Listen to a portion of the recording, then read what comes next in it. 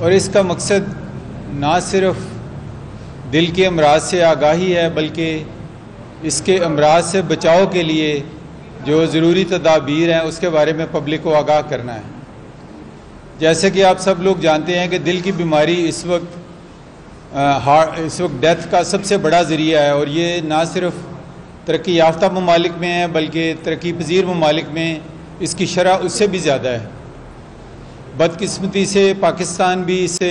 محفوظ نہیں ہے، اور اس وقت بھی جو ہمارے اپنے اعداد و شمار ہیں ان کے مطابق تقریباً 4 سے 5 لاکھ افراد ہر سال اس موذی مرض کی وجہ سے موت کے منہ میں چلے جاتے ہیں، اور اس سے بھی زیادہ بدقسمتی یہ ہے کہ ان میں سے بہت سے لوگ نوجوان یا ایون کم عمر کے لوگ ہیں۔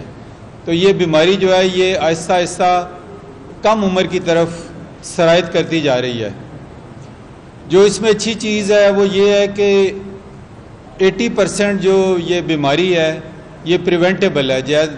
اس کا مطلب یہ ہے کہ ہمارے اپنے ہاتھ میں ہے کہ ہم اس کو روک سکتے ہیں، اور اس کے لیے صرف ہمیں اپنی طرز زندگی میں کچھ بنیادی تبدیلیاں کرنے کی ضرورت ہے، جو کہ کوئی بہت ایکسپینسو یا کوئی بہت مشکل نہیں ہے۔ اور موٹے الفاظ میں اگر اس کو کہیں تو وہ یہی ہے کہ سادہ طرز زندگی، جو کہ اسلام میں بھی جس کے بارے میں کہا گیا ہے اور جس سے ہم دور ہوتے جا رہے ہیں، اور جو اس بیماری کے بڑھنے کی ایک وجہ بنی ہے۔ اس کا مطلب یہ ہے کہ ایک جو چند چیزیں جن کا خیال رکھنا ہے وہ اپنا وزن ہے، وزن نہ بڑھنے دیں۔ دوسری چیز اپنے بلڈ پریشر اور شوگر اور کولیسٹرول، یہ 3 چیزیں کوشش کریں کہ اپنے جو نوجوان ہیں وہ نوجوانی کی عمر سے ان کی اسکریننگ شروع کروائیں، اور کم از کم سال میں ایک دفعہ یہ سمپل چیزیں ضرور کروا لیں۔ اس سے بر وقت تدارک سے آپ بہت سی بیماریوں سے بچ سکیں گے۔ جو طرز زندگی میں تبدیلی ہے اس میں جب وزن کا خیال رکھنے کا کہا گیا تو اس کے ساتھ سادہ غذا اور کثرت سے پھل اور سبزیوں اور دالوں کا استعمال، جس کا مطلب ہے گوشت کم، تلی ہوئی چیزیں کم، bakery, fast food, pizza, burger, bun, یہ سب چیزیں سے دور رہنا ہے، نمک کم استعمال کرنا ہے، اور اس کے ساتھ کم از کم کوشش کرنی ہے کہ ہفتے میں 5 دن 1 گھنٹہ آپ کم از کم سیر کریں، چاہے کسی بھی جگہ پہ، اگر آپ کے قریب کوئی پارک ہے وہاں جو کر لیں، اگر آپ کسی جم کے ممبر ہیں وہاں جا کے ایکسرسائز کریں۔ یہ چیزیں اگر آپ اپنے نہ صرف اپنے لیے بلکہ اپنے خاندان اور اپنے بچوں کے لیے بھی شروع کروائیں تو آج سے 10-20 سال بعد ہم اس بیماری سے کسی حد تک چھٹکارا پا سکیں گے، کیونکہ یہ مغربی ممالک نے یہ دکھا دیا ہے کہ ان چیزوں کے اوپر کام کرنے سے اس بیماری کا زور کم کیا جا سکتا ہے، اور یہ ایک پریونٹیبل ڈیزیز ہے۔ تو اس لیے ہمیں کوشش کرنی چاہیے کہ ہم اپنے اسلامی اصولوں پہ عمل کریں اور کوشش کریں کہ اپنی زندگی میں سادگی کو اپنائیں اور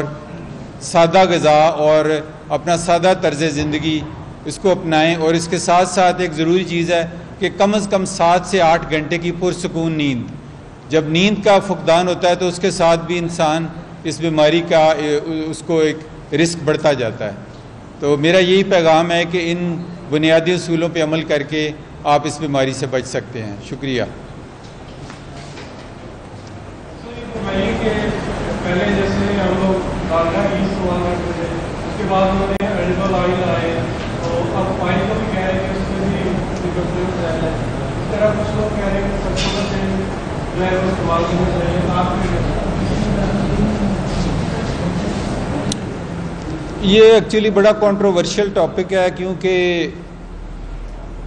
قرآن پاک میں زیتون کے تیل کا جگہ جگہ ذکر ہے، اور یہ اب میڈیکل سائنس نے ثابت کیا ہے کہ سب سے اچھا جو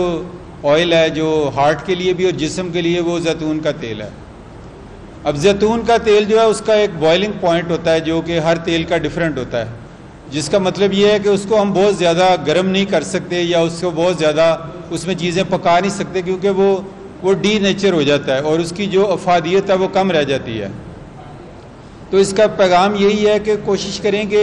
بہت ہائی ٹیمپریچر پہ، جیسے تلی ہوئی چیزیں ہیں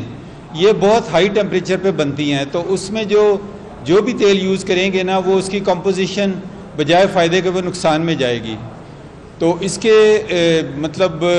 اب یہ ہے کہ اس کا متبادل کیا ہے، چونکہ زیتون کا تیل نہ صرف مہنگا ہے بلکہ ہر جگہ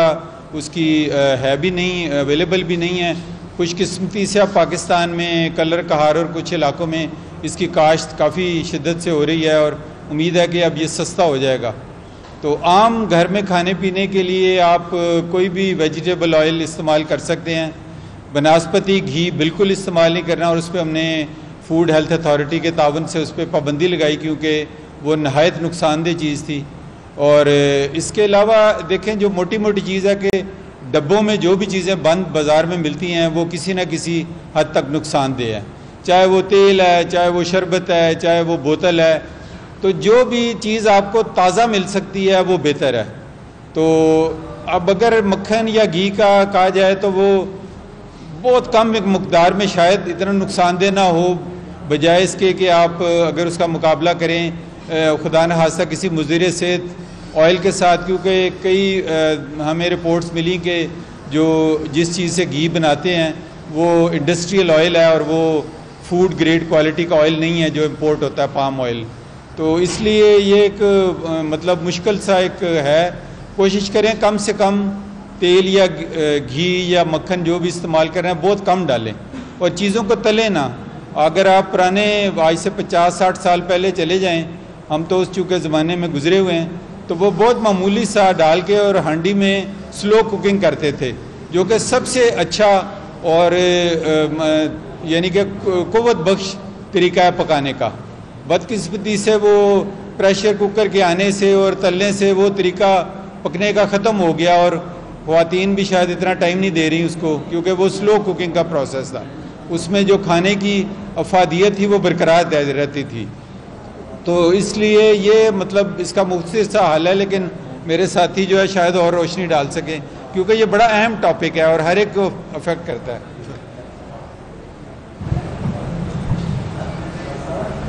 جی بالکل، آپ نے درست فرمایا۔ اس میں ایک چیز آپ ضرور نوٹ کیجیے گا،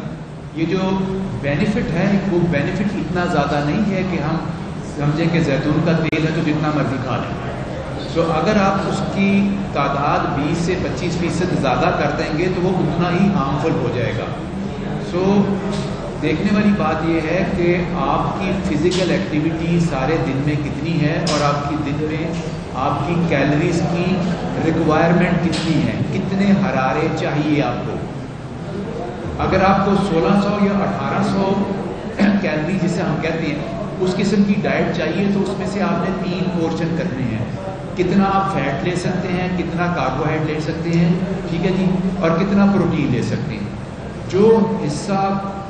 فیٹ کا آتا ہے اس میں سے انسیچوریٹڈ فیٹ، جیسے کہ ندیم صاحب نے بتایا، وہ پریفریبل ہے، جیسے زیتون کا تیل، لیکن جو ان کا بینیفٹ ہے وہ مارجنل ہے۔ اس کے مقصد یہ نہیں ہے کہ آپ جتنا چاہیں اتنا لے لیں، تو آپ نے اعتدال رکھنا ہے اور اپنی ضرورت کے حساب سے خوراک لینی ہے۔ اگر آپ کا وزن بڑھ رہا ہے تو آپ اپنی خوراک سے